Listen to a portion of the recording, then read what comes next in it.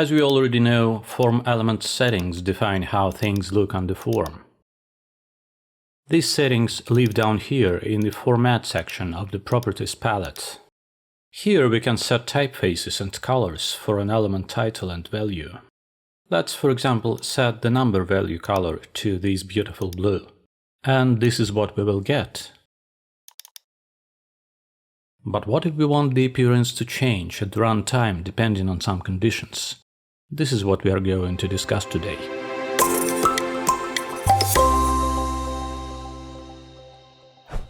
The first place where the conditional appearance settings live is right here at the bottom of the form properties. So let me show you one simple example first. Say I want to highlight the amount paid value if it's greater than $100. This is what I do to make that happen. I'm adding a new setting to the list and selecting the red text color here. Then I'm specifying the condition like this.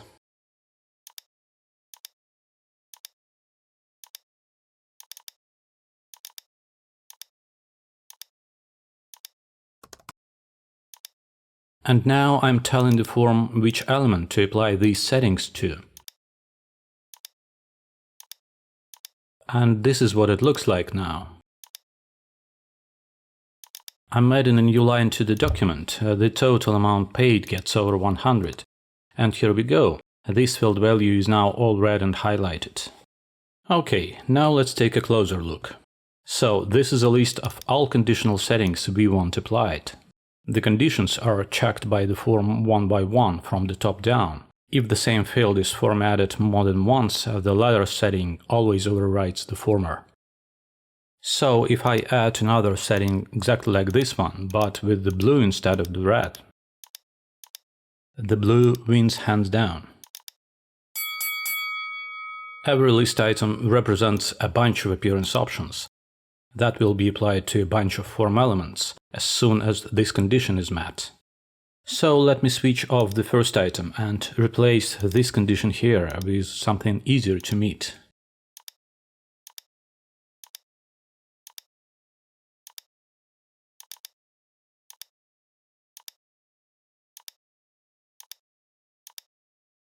So we could play with the appearance options over here.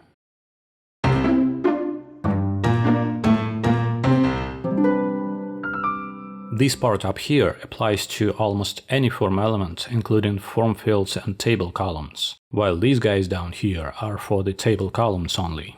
But don't you worry, if you try to apply a setting to a wrong element, nothing bad will happen. Actually, nothing will happen at all. The setting will be ignored and that's it. So this is what I'm gonna do. I'm going to change a bunch of options at once.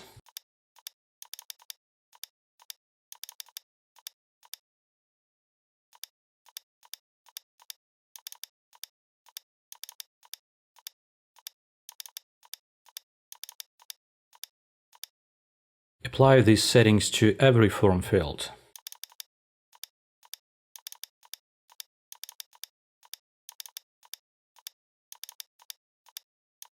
And every tabular section column.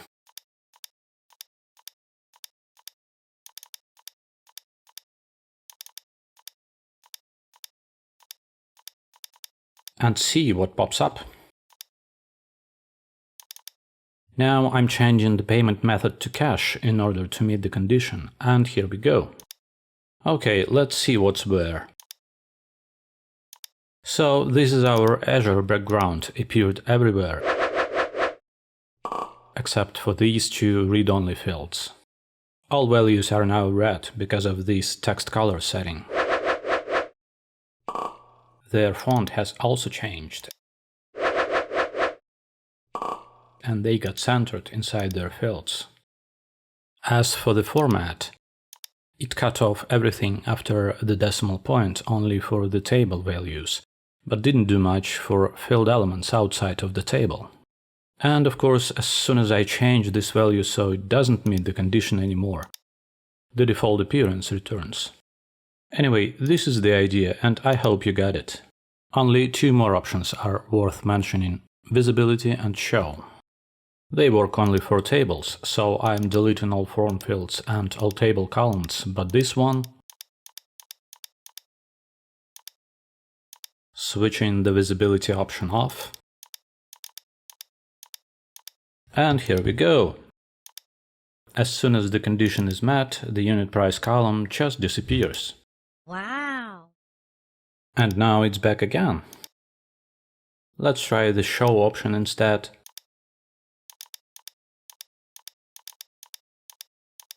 And this is what happens.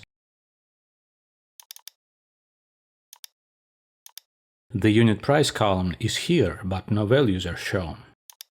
And now they're back. So these were the appearance options. Now let's take a look at the conditions.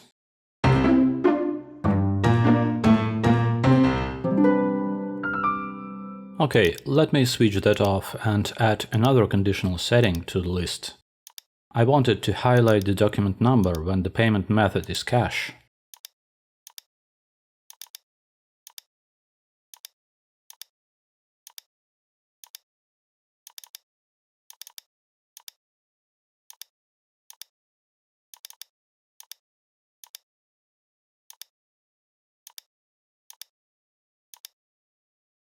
Like this. What happens if I add another condition that checks if the additional info attribute contains the word warning?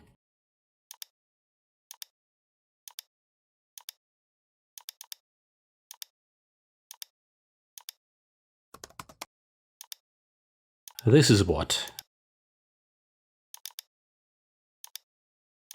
The number stays blue when the cash payment method selected, but gets highlighted as soon as I type warning in here. So when I use several conditions like this, the AND logical operation is implied between them. So all of the conditions need to be met for the settings to be applied. But what if I need OR instead? In this case, I have to create a new OR group and place the conditions inside. So that now there is the logical OR between them. Now the number gets highlighted when either payment method is equal to cash, or the additional info attribute contains a warning. So the groups work as brackets that also define what logical operation needs to be performed inside of them. And of course I can use as many groups as I need, embed groups into each other, and do whatever else I can come up with.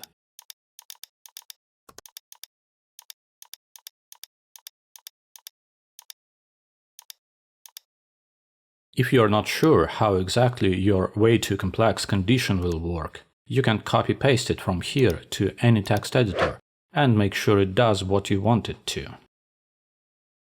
So these were the conditions and how they work.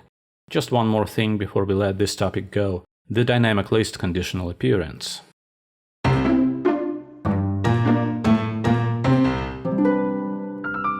Working with the sales document form, we use these forms conditional appearance settings to change how any form element, including this product list down here, looks like.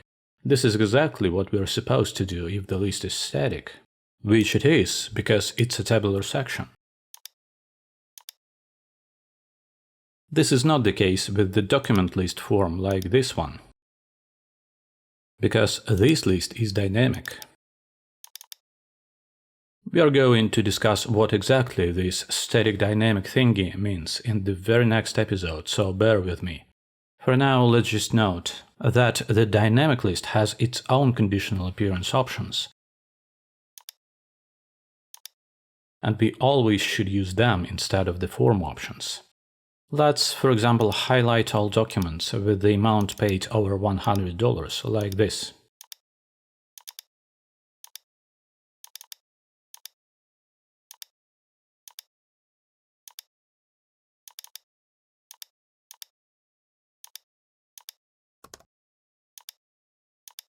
And here we go. These documents are highlighted. And here is one of the main reasons why we should use the dynamic list settings over the form ones. Now a user can change these settings at the runtime. For example, a user can change the highlight color like this.